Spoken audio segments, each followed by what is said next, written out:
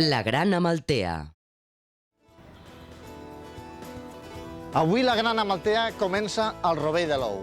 Aquí, a les ruïnes d'Empúries, acompanyats per Asclepi, el déu grec de la medicina, coneixerem la cultura de la sal i de les anxoes. Van ser els grecs els que van introduir per primer cop aquesta tècnica aquí a Catalunya i posteriorment els romans la van millorar, fins a arribar a les anxoes de l'escala que coneixem avui en dia. Així que, amics, comença la Gran Amaltea. Els grecs i els romans foren els introductors de la salaó del peix. Aquesta tècnica de conserva, que consistia en salar bàsicament peix blau, permetia que la gent d'interior també pogués consumir aquest preuat aliment, reservat fins llavors als pobles costaners. Aquest procés no ha variat gaire des d'aleshores i ens ha arribat fins a l'actualitat. Estem a Calcaiol.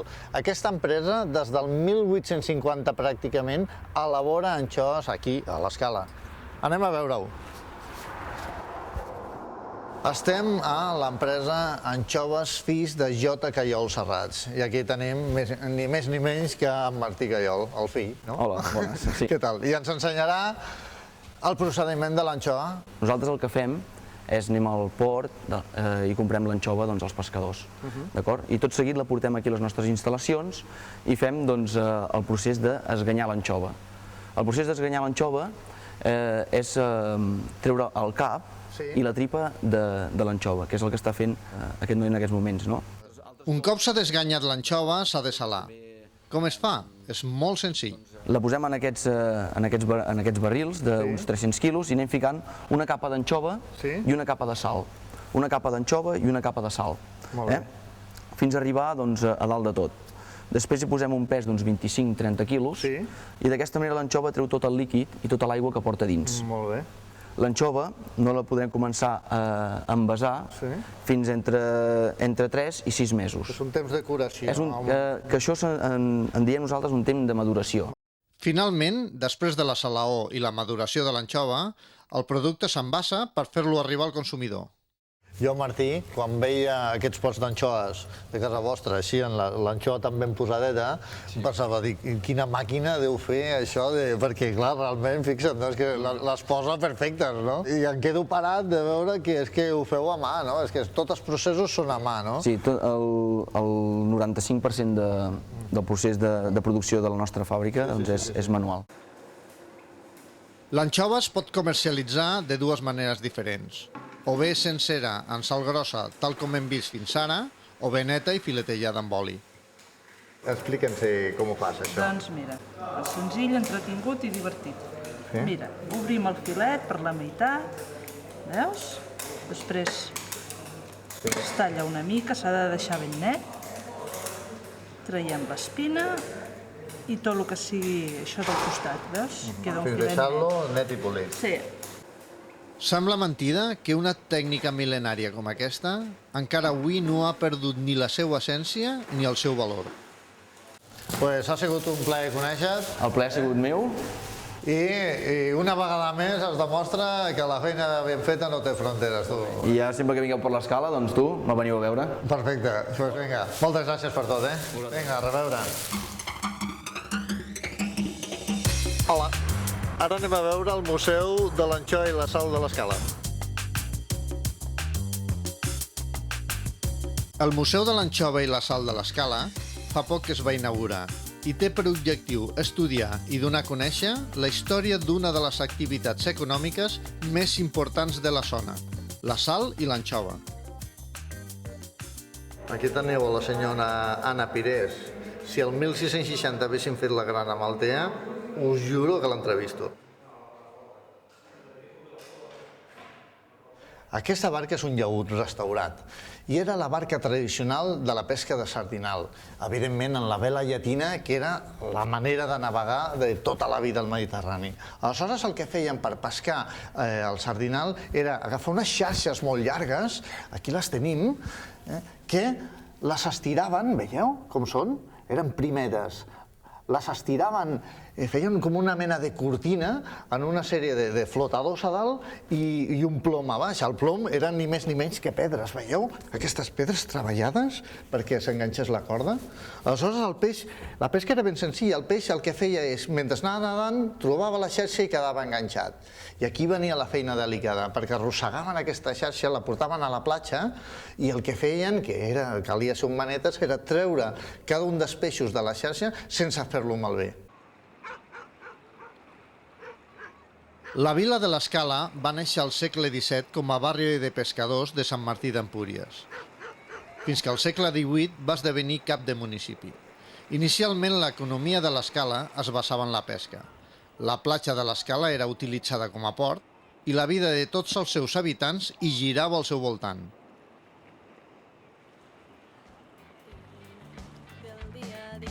La mateixa gent i els mateixos crits de la veïna.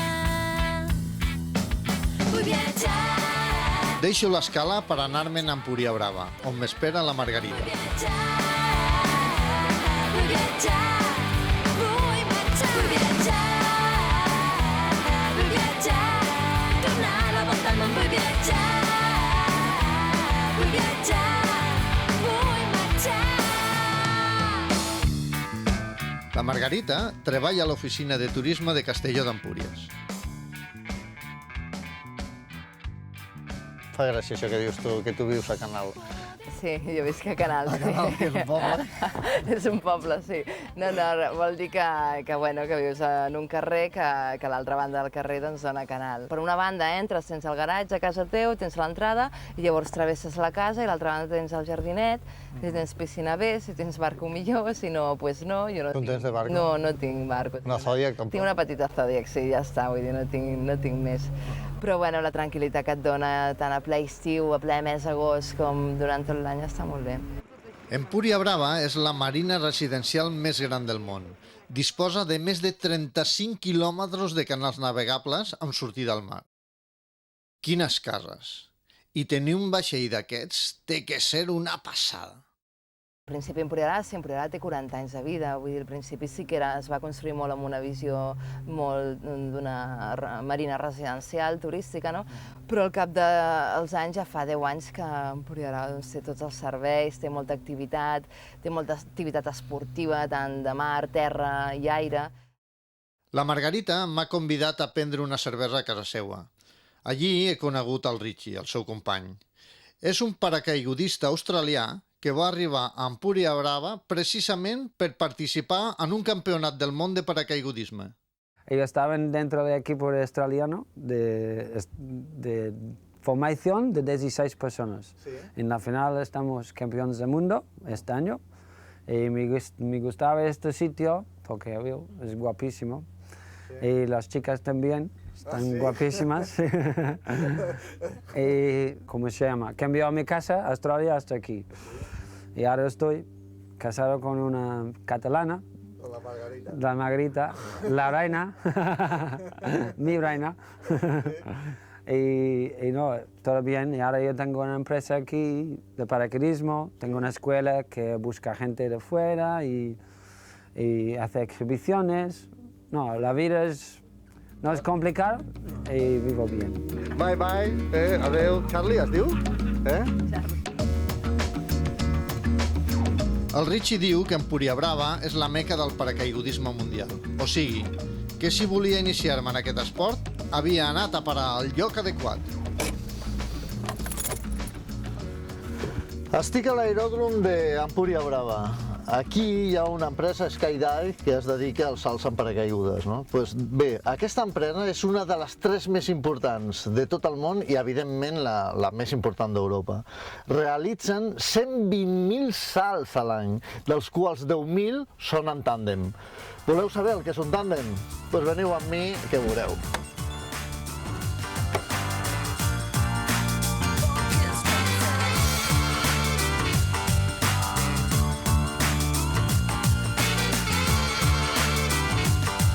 Per només 165 euros puc fer el meu primer salt en paracaigudes. Això sí, acompanyat d'un monitor. El Toni és paracaigudista professional i ha aconseguit 2 rècords mundials en caiguda lliure. Avui també serà el meu monitor de salt. Para hacer un tándem es muy fácil. Sí. Piensa que yo estoy detrás de ti, ¿eh? De acuerdo. Tu cabeza a detrás apoyada en mi hombro. ¿Así? Apoyado en el hombro. Sí. Tu barriga hacia afuera, lo máximo que puedas. Perfecto. Y por último y más importante, mírame un momento. Sí. Son tus piernas. Te vas a quedar colgado completamente de mí dentro del avión. Yo voy a aguantar tu peso. Nerviós no ho estic, però tinc una mica d'allò de cangali, no? Perquè la quantitat d'instruccions que m'ha donat per saltar, m'he d'obrir les cames, el pit en fora, i després, la veritat, he demanat que em duguessin unes ulleres per poder conservar les meves, o si no, tota la part divertida me la porto. I per acabar, això també fa riure, em donen cascos, saps? Com si ens servís d'algo. La veritat és que tenia la sensació que això del paracaigudisme era una cosa de 4 hippies convallats, però la realitat és tot una altra. Skydive és una gran empresa d'oci i esport. Contínuament s'enlairen i aterren avions que transporten els paracaigudistes. Mentrestant, d'altres s'assallen a terra les figures que després faran durant la caiguda lliure. Y ahora de aquí al M.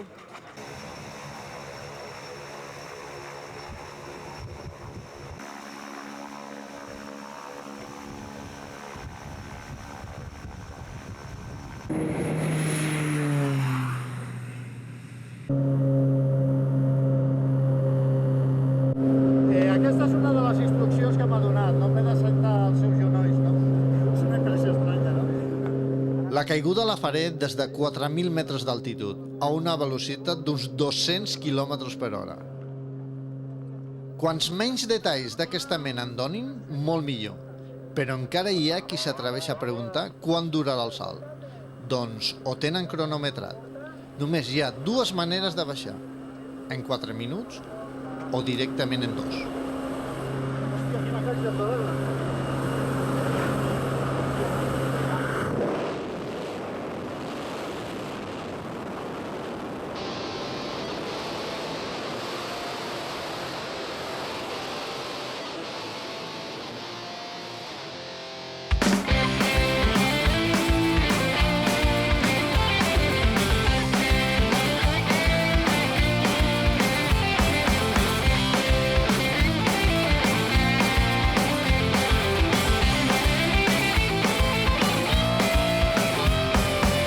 Va ser fals, tu el capità i jo grumet de mar navegant. Sense direcció anàvem tirant xoc perduda. Em trobava dins d'aquest mar tan gran, escoltant consells que no em van ajudar. Jo intentaré escapar els moments i les paraules que m'alvencen. Ostres! Quina passada, tu. De veritat, Li pots dir a la teva àvia perfectament que vingui, no? El Santi és instructor de vol del centre Skydive a Empúria Brava. Oye, i ara posem, a mi m'ha agradat, m'ha agradat això de saltar i ara jo dic, ostres, salto en tándem perquè no en sé, però vull saltar jo sol. Pues has llegado al sitio adecuado. Aquí puedes hacer un curso que en cuestión de 7 días puedes empezar a saltar por ti mismo. En este curso se hacen saltos desde 4.000 metros y desde el principio estás utilizando tu propio paracaídas y estás haciendo tú mismo tu caída libre. Únicamente vas acompañado por unos instructores profesionales que van a tus lados durante ese tiempo de caída libre, que te van dando un poco de suelta durante esa trayectoria del curso y que finalmente terminas saltando tú solo. Después de esos 7 saltos tú empiezas a saltar. En 7 saltos has cogido el nivel suficiente como para saltar por ti mismo, con total seguridad. Ostres, que guapo, no? En una setmana aconsegueixes el que molts no aconsegueixen en mitja vida, ser lliures, no, allà dalt.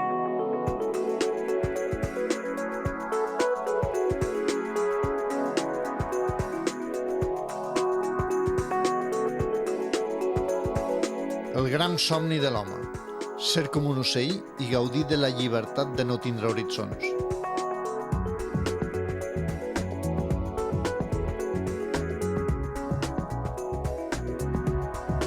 Moviments perfectament calculats a una velocitat frenètica. és un moment de pau, un obrir i tancar d'ulls que fa possible el somni.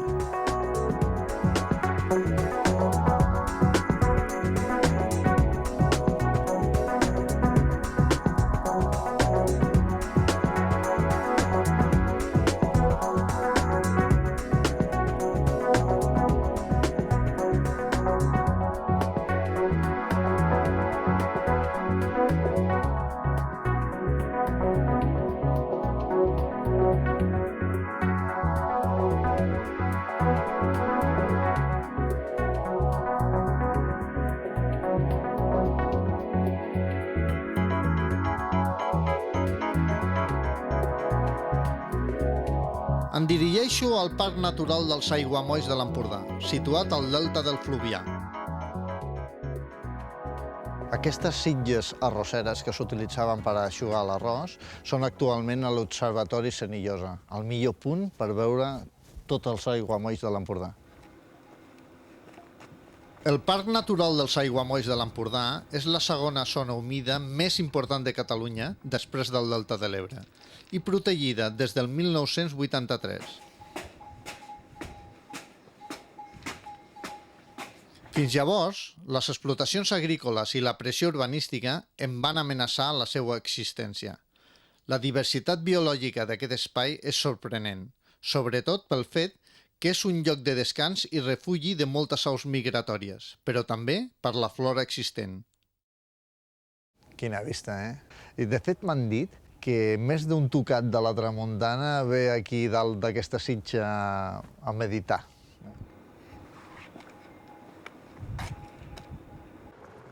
Torno a Empúria Brava. Soparé al restaurant Noray de l'hotel Port Salins, lloc on m'allotjaré.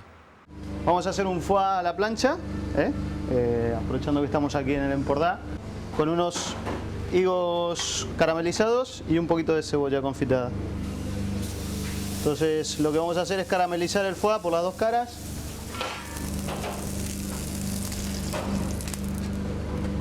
Lo metemos al horno, nada, un minuto y medio y nos vamos a emplatar.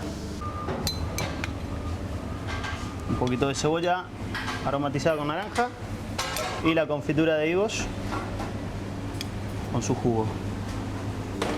Y ahora vamos a buscar el foie, que ya tiene que estar. Quitamos los palillos, que lo ponemos para que no se nos desarme, y emplatamos. Combinamos con un poquito de sal Maldon, un poquito de cebollino picado. Tenemos el foie a la plancha, ¿Sí? higos caramelizados y cebolla a la naranja. Muy bien. Buen provecho. Gràcies.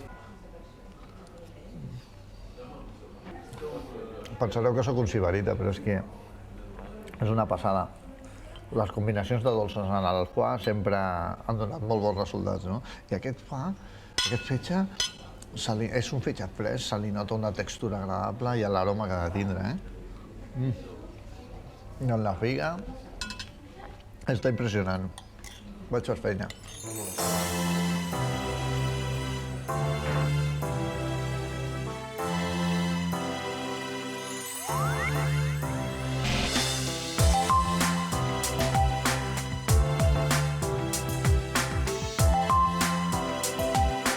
Avui m'alço amb ganes de gastar i me n'aniré de compres.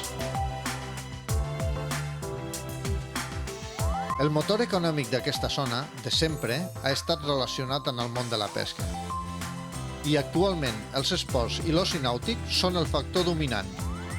Normalment a qualsevol ciutat hi trobaríem concessionaris de cotxes. Aquí les coses canvien una mica. En lloc de cotxes, als aparadors s'hi veuen vaixells de luxe. A Empúria Brava hi ha autèntica passió per la nàutica. Aquí hi ha ben bé 30 o 40 botigues de iots. Voleu veure un? Doncs vinga, anem a Nàutica Lluís.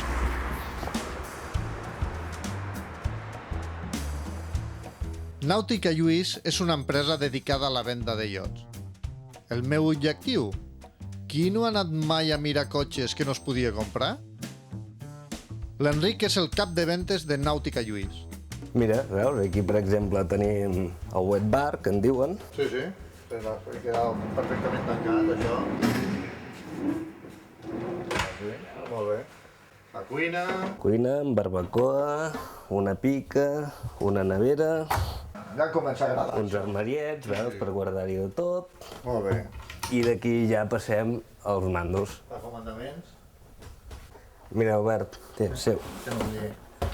Una cosa que t'agradarà és, aviam, a tothom li agraden els descapotables, no? Sí. Doncs poder et ve de gust anar prenent la fresca. Llavors, veus, obres el sostre. A vos que bé. Ui. I treus el terra. Surts terra d'aquí. I ara ens posarem drets i pots anar conduint molt bé, amb el cap a fora. I si no arribes als mandos, te'ls fas arribar. Podia fer volar la imaginació tant com volgués, però mai hauria arribat a tant com el que estic veient. És d'aquelles coses que s'han de veure un cop a la vida. Vols veure a baix, els camarots? Anem. Ja veuràs. És força més maco que això. Aquí tens tot el que necessites, la televisió amb DVD, la cuina que està totalment equipada, vitroceràmica, el forn, el rentavaixelles... Veus, aquest és el camarot principal, el camarot de l'armador, que se'n diu. Sí. Veus, amb el seu llit, un sofà amb un petit escriptori, i allà tens el lavabo. Penseu que el primer que s'ha de fer per pujar en un iot és descalçar-vos si és que voleu passar desapercebuts. I segon, no feu preguntes que puguin delatar-vos. Porta 2 motors dièsel, MAN, de la casa MAN, de 900 cavalls cada un, 2 V8. Enric, on està la varilla de l'oli? Aquí és quan la vaig cagar.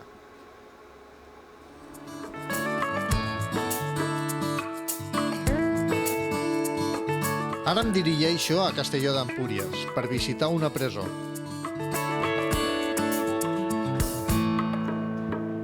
La presó de Castelló d'Empúries va funcionar fins al segle XIX.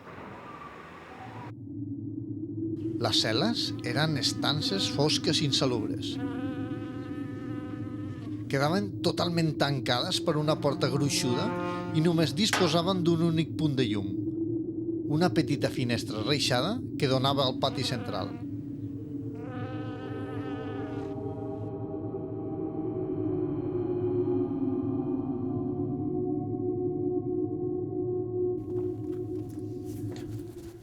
Estic a l'antiga presó de Castelló d'Empúries. De fet, hi ha evidències que al segle XIV ja hi tancaven presos aquí dins. I com podreu veure, la vida d'un pres tenia que ser duríssima.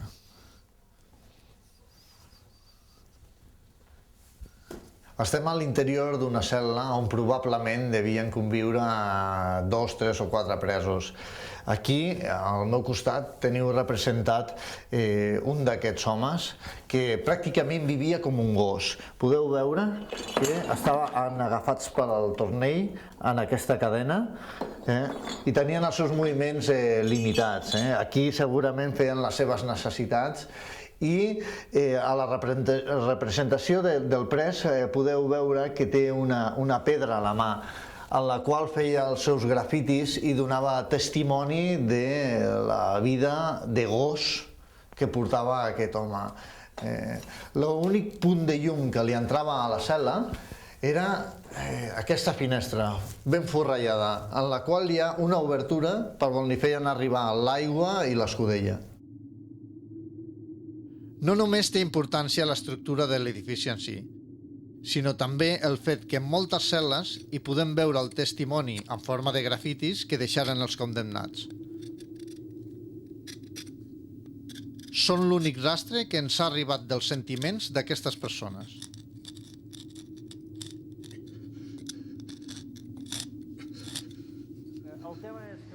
El Pol és tècnic de turisme de l'Oficina de Turisme de Castelló d'Empúries. És un llibre obert d'anècdotes del dia a dia de la vida dels empordanesos. Aquí és la plaça dels homes, perquè venien els homes a fer les lleis, també esperar-se per anar a treballar. Després el carrer del Punyalet, plaça de les Cols, les fruites, fins i tot aquí darrere el carrer del Bordell. El vi va esdevenir un element fonamental en la gastronomia de tota la conca mediterrània. Castelló d'Empúries fou un centre productor I per això avui hi trobem la plaça del vi. Els romans no deixen beure vi a les dones. No, diuen que el vi millor que no el beguin perquè, llevat d'algunes ocasions, algunes festes, bacanals, etc. Però normalment no es deixa massa a les cases normals, a les matrones i a la família en general, perquè es diu que se'ls en va la llengua, que parlen massa, tenen aquesta fama, no? I llavors hi ha una inspecció que es diu la inspecció de ius osculi, que vol dir que fan com una mena d'inspecció. Per fer aquesta inspecció es fa un petó.